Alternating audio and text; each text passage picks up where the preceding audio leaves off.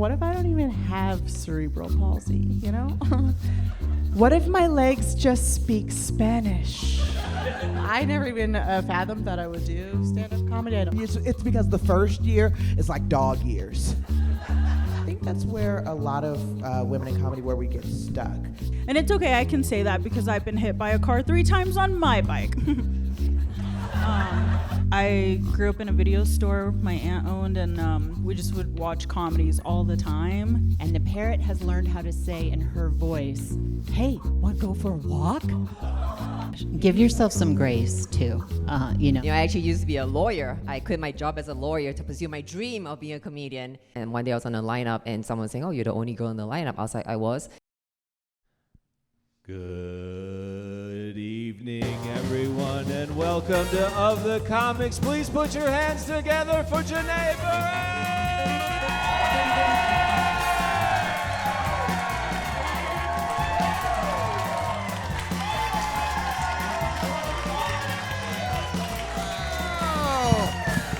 Amazing. Amazing. Y'all were clapping like you just won $3,000 in the lottery. I could use $3,000 for sure. I'm Janae Burris. I'm your host for the evening. Thanks for being here for Of the Comics. We've got a fantastic lineup of really wonderful comics. I get to be the first gal. It's Mom's Night Out for me. Any moms? Moms? We made it out. Moms, moment of silence for the moms. We deserve it. We deserve it because it's never quiet where we live. I cannot believe that I'm a mom now. It's changed my life so much. Like, I haven't lotioned past my knees in 6 months. Baby won't let me. It's against his rules. My feet are dry right now. Dry. They're so dry. My feet look like feet you'd find in a sarcophagus. They're dry. You're imagining King Tut's feet right now. Yeah, my feet look like I could run very fast barefoot. We're all seeing the same dry feet, right? My toes look like dog treats, honestly.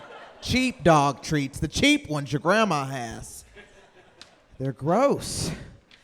I can't wear my feet out anymore, but I haven't been to a nail salon to get a pedicure because the money has been rerouted to diapers. So I can't. The last time I went to a nail salon, it was so long in between. I walk in and the woman's like, "Long time no see," and I was like, "We've never met." We've never. Oh, you're being funny. Oh, I get it. Oh, you're so funny. Long time no see. I go in there and they're working on my feet and I'm already embarrassed because it's been so long.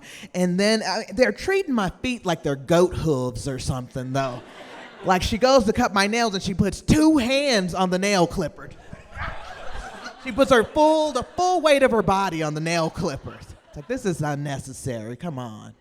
I had to tell her, I have a baby, I have an excuse, okay? I find it funny, like I used to always hear people they ask how old the babies are. I would hear people in my neighborhood say, he's 1 year old. 1 year old? Why is there an S on that 1 year? Now I get it. I used to judge, not 1 year. It's because the first year is like dog years. It's the longest 1 year of your life when you have a baby. Me and my partner, we're aging like a U.S. president right now in this 1 year's mark. All right, that's my time. Thank you so much for supporting that. You're wonderful. Wow, what a fantastic audience, especially you up in the stands. So good, so good. We've got an awesome lineup tonight. Your next comedian is one of my very favorite comics in Denver. Give it up for Christie Buchele.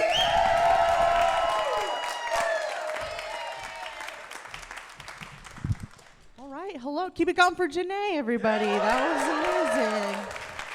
Oh, man. I'm excited to be here, you guys. I'm Christie. I have cerebral palsy. If you don't know how cerebral palsy works, at least for me, it's that my brain doesn't really talk to my legs, and my legs don't really talk to my brain. And I was just thinking the other day, I was like, what if I don't even have cerebral palsy, you know?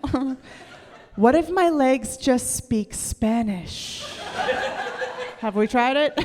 What if I was like, Andale hermanos, and I just tap dance off stage, just too quick for the top half. Andale hermanos, and they just come alive like the mops in Fantasia. We're ready to clean the stairs, Mickey. The spell is broken.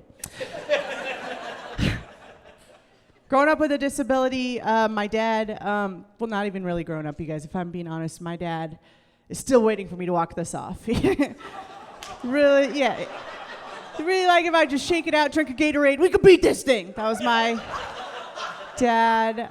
My dad truly believed that if I practiced hard enough, like concentrating and walking correctly, I could just uncripple myself.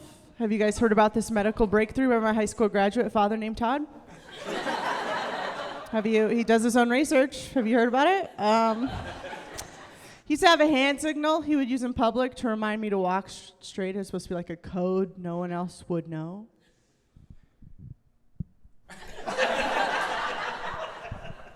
Great code, Dad. No one's going to figure that out. Nobody. So tricky. Don't worry. The code did not last long. I was maybe 6 or 7 years old walking towards my dad at the mall from very far away. And he did the hand signal, and I just got so frustrated right there in the middle of the mall, just like... Dad, I'll never be straight. He never did it again. I don't know. My dad loves yelling at the waitstaff. That's his favorite thing. Are any of your guys' dads not vaccinated, or? That Venn diagram is a circle. I don't know why. My dad absolutely loves it. It's so embarrassing. I remember one time that we went out to lunch and he asked for water, no lemon. He didn't want any of that spicy water, I guess. And the guy was a little busy. He brought him some lemonated water. Oh no. And instead of just like fishing the lemon out with a fork like a human and then going on with his day, my dad instead fished the lemon out with his fingers. You know the way a sad girl eats frosting while she builds her puzzles? Just, you know, she's gonna watch Bridgerton tonight and get the edge pieces done. Like, that's how he did it. So embarrassing. And he held the lemon in his hand the way that anyone would hold a dead goldfish they didn't know what to do with. And then he waited for the waiter to come back. The waiter said, is there a problem? And he said, yeah, there's a problem. I said water, no lemon. And he smashed it into the table like he learned manners at a karate dojo, which he did. Rick's Karate. It's the highest rated dojo that shares a parking lot with a Waffle House. But when you have a disability, people say a lot of dumb things to you when they think they're being helpful. I had this couple come up to me a few weeks ago. They were dressed really nice. They had gold crosses on. It was a Sunday morning. You could tell they just came from church. Really sweet people. And they're like, oh my God, sweetie, did you hurt your foot? Which you can't, I hate that condescending tone, you know what I mean? Like, it just turns something on in me, you know what I mean? And I was like, oh, no, I did not hurt my foot. Thank you so much for your concern. I was actually born this way, so God hurt my foot. He's quite the craftsman. Tell him I said thank you. All right, and thank you guys. That's my time. Appreciate you.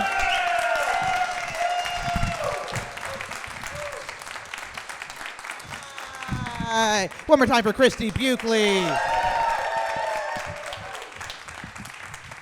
All right, your next comic is really awesome. One of Denver's favorites. Give it up for Miriam Moreno.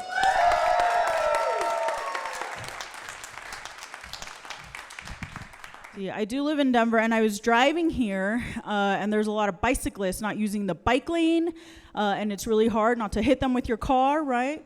But you don't, because that's illegal. And it's okay, I can say that because I've been hit by a car 3 times on my bike.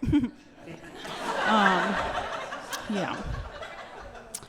One of those times, it was actually this guy trying to catcall me from his car. He was just like, hey girl, hey. And I was like, I'd rather die than talk to you. And he said, fine. And then he hit me with his car. Got my attention. And, you know, we only went out a couple times after that, but there was definitely some red flags. Let's see. I have a partner now, and I always am obsessed with death and dying and, like, what are we going to do when we die?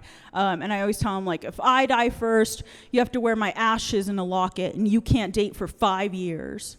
And he's always like, well, what if I die first? I'm like, I'm so young and hot, I have to move on with my life.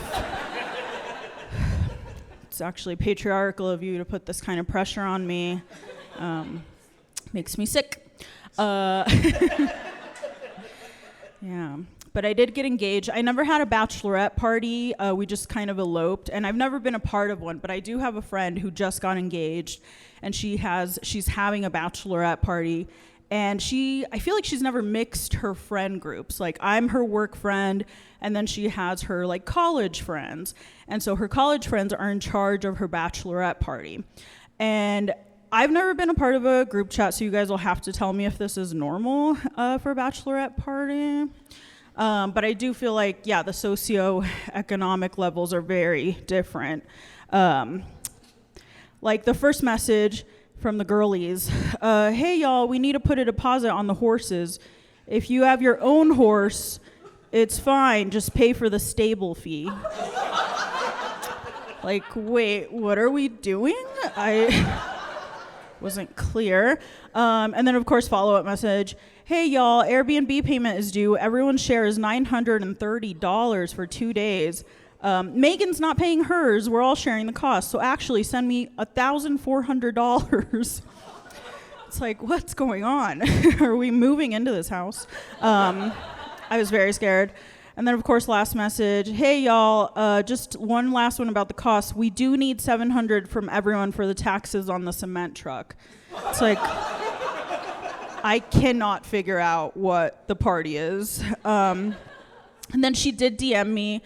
Grants are available for those who qualify. So I do think she knows some of us didn't go to DU. You know, she's catching on. Let's see. I'll leave you guys with this. I read this article the other day about male birth control, and I guess they had to stop the study because a bunch of guys got sad, like as a side effect. I just remember when I started birth control, I had weird side effects, so I went to the doctor. I was just like, hey, I just want to know if this is normal. My nipples come clean off every month. Is that okay? The doctor's just like, yeah, it's just something women have to live with. I don't know what to tell you. All right, thank you. Give it up for your host.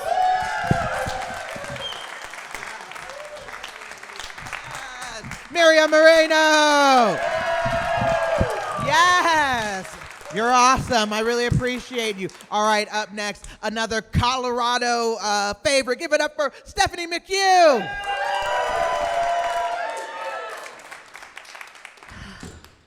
I'm passive-aggressive. Let me hear it from the passive-aggressive people out there. It's the quiet people up there going, hey, you figure it out. If you loved us, you would know. Touché. I just learned who else is passive-aggressive? Parrots. My friend has a parrot, a cat, and 2 dogs.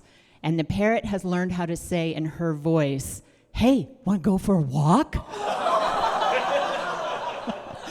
I am a mom. I have 2 kids. I'm an empty nester, which is like having 2 rocks in your shoe for 21 years.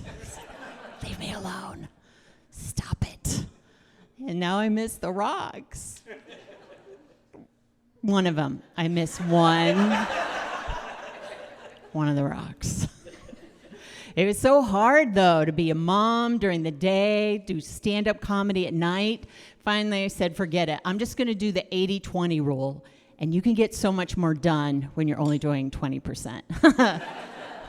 Like one night, I gave him macaroni for dinner. Next night, I gave him the cheese packet. They'd be at home with some boiling water right now. It'd be fine. And it's hard, too, because my mom is an amazing mom. I have 2 kids. She has 4 kids. I have 3 brothers, which is a lot like being an only child. It just smells more. There's no talking. Guys, because I have ADD, I get a little sidetracked a lot of times. Like, just to give you an example, when I'm shaving my legs, I forget to shave both legs.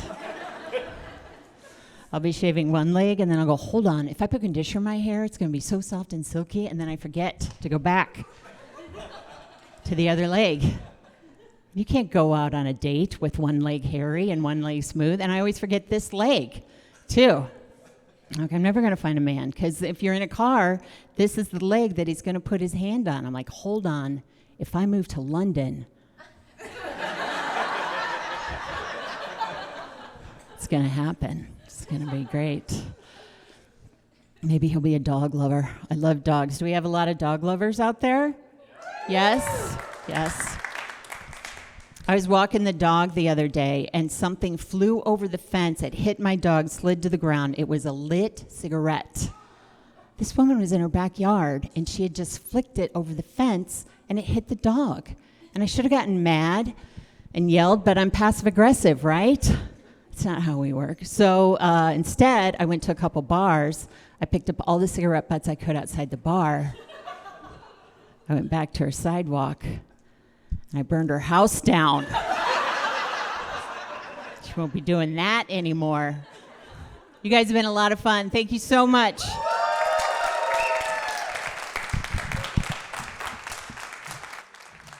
Stephanie McHugh. All right. You're so awesome. I'm going to crank it up a bit. You ready for your headliner, yes? Your headliner tonight is one of New York's best. Give it up for Jocelyn Chia. One more time for Janae and all the comics you see, everybody.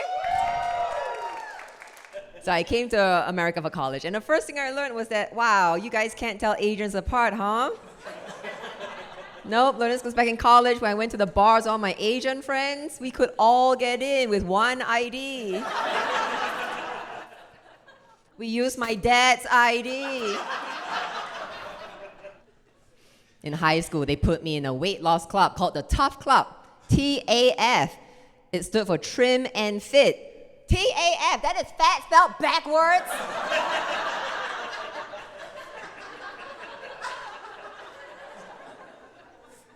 And then to make matters worse, so Chinese names have meanings behind them. And I asked my dad what my name meant, and he said, oh, your name means needs to be hardworking. I asked him, what does my sister's name mean? He said, oh, her name means great beauty. I am your firstborn child. And she gets great beauty? Can we go back to the good old days where the second daughter gets abandoned?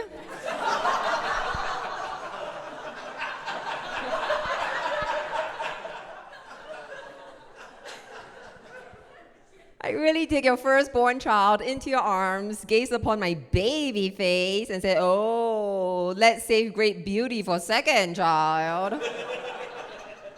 This one look like she needs to work hard. I was so pissed, but my dad was like, oh, calm down. It's better to be hardworking than pretty. No. Do you know any guys who go around saying, hey, I'm getting me a hardworking girl? Oh, man, check out my girlfriend over there, employee of the month.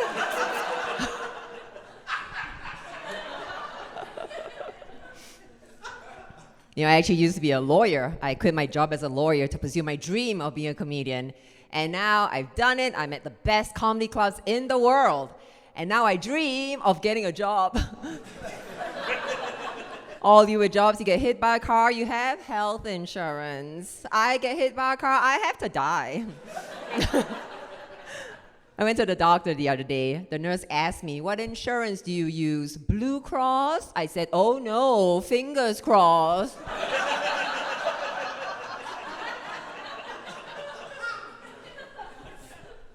My mom, she was feeling like she was feeling uncomfortable that I became a comedian. She thinks there's no money in it. So to make her feel better, I told her, well, Dave Chappelle made $60 million from his Netflix specials. And she went, wow. Does he like Asian girls? I said, Mom, I'm not gonna be dating the Dave Chappelle. She said, oh, not you. Great beauty. You guys have been amazing. I am Jocelyn Chia. Thank you so much. Have a great day. Yeah, thank you. Thank you so much. That was our full lineup. Did you have a good time? Did you enjoy that? I hope you did.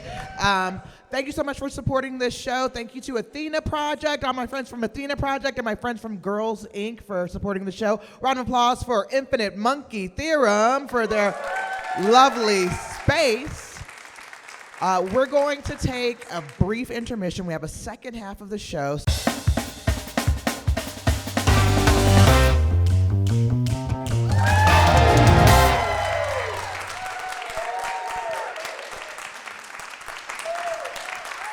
All right, thank you. Thanks for coming back for the second half of the show where we get to talk to these comics about their life in comedy. Maybe we can introduce each person. How about a round of applause for Miriam Moreno, Jocelyn Chia, Stephanie McHugh, and Christie Buchele.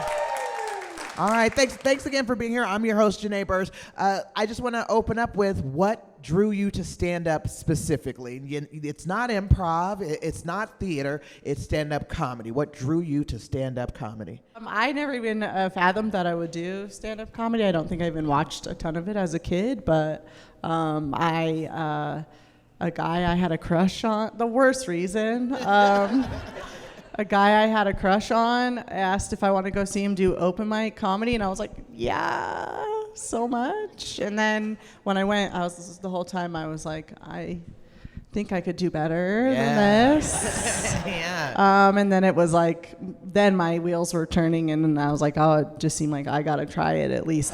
Stephanie, what drew you to Yeah, stand-up? I always loved stand-up comedy, and when I was single in my 20s, living in Chicago, I did not start. And for whatever reason, when I was married and had 2 small kids in my 30s, I'm like, now is a perfect time to go to bars late at night and try stand-up comedy. I think in my 20s, I did what I thought everyone wanted me to do. And in my 30s, I'm like, why am I not doing things that I want to do? And acting, I loved acting too, but I'm so tall, I thought, I'm never going to get any parts. I'm Gina too tall. Davis, come When you're on. looking down at the leading man, you're not going to get it. So I loved it. Well, we're glad you're here. We're Thank glad you. you did it. All right, Jocelyn. Well, I was invited on a date to see Aziz Ansari, and before then, I hadn't seen stand-up comedy. And halfway through his set, I started crying. I was like, why am I crying? He was very funny, but I was crying emotional tears, and there was an inner voice that said, oh, because this is what you really want to do. So nothing else was even a consideration. Like, this was it when I first was exposed to it. What were you doing at the time? What I was a consultant. I had a proper job. I was a lawyer. I became a consultant, like a consultant with a proper company, not one of those unemployed consultants. You had health insurance. I had health insurance and everything. Yeah, everything. 6-figure salary. Yeah, and then the stand-up comedy moved you so much. Like, were you like envisioning yourself on stage and just trying to work out how to get to that point? In that moment when Aziz was on stage, no, I didn't think that far. It was just an emotional reaction. I kind of dismissed it at first. I was like, you're crazy. And went back to my job. Then a couple months later, I went to another show. Same thing happened. I'm like, oh. And I thought, well, okay, 2 times. I mean, you better listen to this. So I just gave it a try to see how it goes, and just kept going, never stopped. Miriam, what brought you to stand-up comedy? I don't know. I guess it was, I grew up in a video store my aunt owned, and we just would watch comedies all the time. And we would just do bits all the time, although we didn't know they were bits. We didn't have a name for it. And then I grew up and I learned more about stand-up, but I didn't think you could do it in Denver. So I was just like, I have to move away. And then I met a comic, and he was like, no, there's such a thing as an open mic. And then, you know. So Denver's where you started doing Yeah. comedy. Can you tell us about that? What was the scene like when you first started? It was all dudes mostly. It was really hard to like make connections with other females, actually. I hate using the word female. Other women. And it was a little bit isolating. So like I went up my first time, and then I didn't go back for like 6 months because it just felt like really, I don't know, skeezy. with all dudes, and hanging out in bars by yourself was hard. So I kind of like learned to toughen up a little bit and not be super approachable by men, so that I can What is being too approachable? Well, so I felt safe by myself at open mics. So like I was kind of like, I don't know, I just razz them a lot just so that they don't hit on me or they don't like, so you just feel safe, I guess. Yeah. You like put up a front. Yeah. I mean, I think a lot of women in comedy have that experience. When we talk about that, some of your early times where, where you felt maybe outnumbered by men, maybe you had to toughen up in stand-up comedy to move forward. Yeah, I started in Denver as well, but even a little while before Miriam, and at that time I felt, there was like 8 women total, and most of them were dating a male comedian because that's like the only way you could get them to like leave you alone, essentially, like, or like bring, like, that's the only way you had a like place at the table is like, oh, Christie's here because she's with him or whatever, and so I felt like that it pressured a lot of young comics, female comics, to like into relationships just for that reason. But I also grew up with being raised by a single father, and I played trumpet with all boys, all the way through middle school, high school, and into college. And so there was something about just my background that allowed me to like show up and kind of endure, sort of the, environment that you have to. But I don't think that women should have to have a temperament for it in order to stick around. So I teach comedy here in Denver, and it's specifically for like helping like women, LGBTQ people of color, all having a safer place to enter comedy. Because being at the bars on Colfax at midnight is like not a conducive environment for feeling safe and being funny. I started in Denver too when everyone here was 5. And there weren't that many women then either. And I can relate to just saying, I find myself making myself sort of energetically small because I don't want the attention right before I go on stage or off stage. And then the challenge of being big on stage, I kind of wish that the green room would be base. You're on base, nothing can happen. Let me have that safe place there and then go on and be big, if that makes sense. What was the scene like when you started, Jocelyn, in New York? I started in New York City, and it is male-dominated, about 80% male, 20% women. But it was not something I really registered in my mind. And one day I was on a lineup, and someone was saying, oh, you're the only girl in the lineup. I was like, I was. So it was actually other women talking about how we are in the minority and how it's always just one woman in the lineup that made me realize, oh, yeah, it is kind of male-dominated. But I was pretty clueless about that. I was like, I'm just here to do my jokes. So I don't really get hit on much by male comics. So I guess maybe it was like the vibe I was giving off that I'm like here to do my work, and that's that. Yeah, it kind of sounds like, Miriam had to kind of turn that vibe on of like, I'm just here for the jokes. I stopped socializing. Like I just showed up, did open mics, and then left after my set. Like I never hung out. No, but the hangout is so important. So I would not do that. I just don't do you it. just don't do that? No. Yeah, no, it's super important because it wasn't until I started hanging out that I really got much more traction in my career. But someone had to tell me about the importance of hanging out before I did that. But for a good 6 years, I didn't do the hangout. I think that's where a lot of women in comedy, where we get stuck, because we do understand that duality where you need to be social because, if anybody takes you on the road, you're on stage for an hour and you're off stage for 23 hours. But also you need to maintain like your professionalism and your safety. So we're always like trying to balance that. Like how much hanging out do I do without getting hit on? Like trying to balance that. Stephanie, specifically, I was really curious about starting comedy after you had already had a family. Like, how'd you find the time? What was the material? And, what was that like? That's a great question, because when you got pregnant, I realized sort of for the first time, I have 2 kids, and I was a stay-at-home mom at the time, always sort of had that double, like, things were important, they were just as important as comedy, but comedy was just as important. So 9 months in, I won a trip to the Las Vegas Comedy Festival. So that sort of helped shift it pretty early to, this is important to me and I want to make a go of it. But I'm finding as a mom, my life is totally different. Before the baby, I could hang out. I could just, and I wanted to, and I was out till 2 a.m. doing whatever, and I could pick up at the last minute and go do comedy in another state if somebody called me last minute. Now I have a baby, I have to prioritize the baby, and I feel a little bit distant from other people. I feel distant from the other comics now. You know, what are the best ways to kind of stay in it with everybody? Oh my gosh, give yourself some grace too. You know, you're just balancing two things, and it may take a little bit longer sometimes because you do have sort of those two equal priorities, I feel. I do think there's a lot of women out there, and Janae, you're doing, you know, a lot of stuff to create your own path, so I think that is a great way to do it. I feel like you're doing it. I am not a mom, but can I do teach a ton of moms that are starting to do comedy, and I have found that it is the hardest demographic, like to be able to get it out there and get enough stage time and actually be able to commit time to getting going. But once you do, if you find, so I specifically had some moms that I thought were really good start a show at the theater I work at, just specifically to give moms stage time. I was like, I don't care who else you book, but your main prerogative is to give moms stage time. But once you actually market to that audience and for moms, it's actually like just an untapped market. The shows sell really well. They're so excited to go to like watch comedy that is geared towards them because there's so much. Yeah, because there's so much.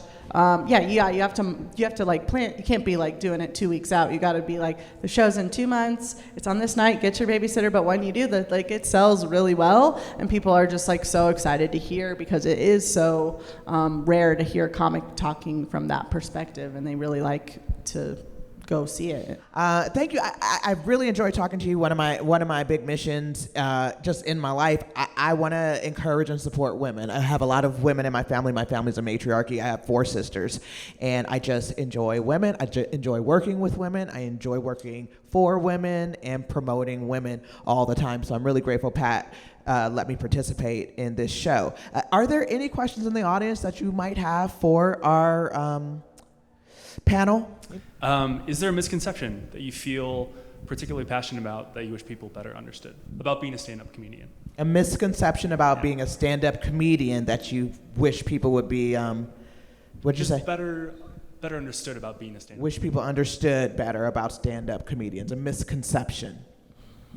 Yeah, the biggest one to me is that comedians have to be depressed in order to like do this job, or like we're all like that sad clown. As somebody who like has battled mental health, I can tell you that when it's doing well, this job is so much easier. It does not hurt your stand-up. It does not hurt your writing. It does not hurt your success to like have your brain chemistry be right. But people are just like so, and they have like running jokes about it on stage, like, oh, I'm happy now, so you know I'm not gonna be funny anymore, and it's like, no, you were just fighting against that the entire time when you were so depressed. Like that was not helping you by any means. That was like an extra hill you had to climb.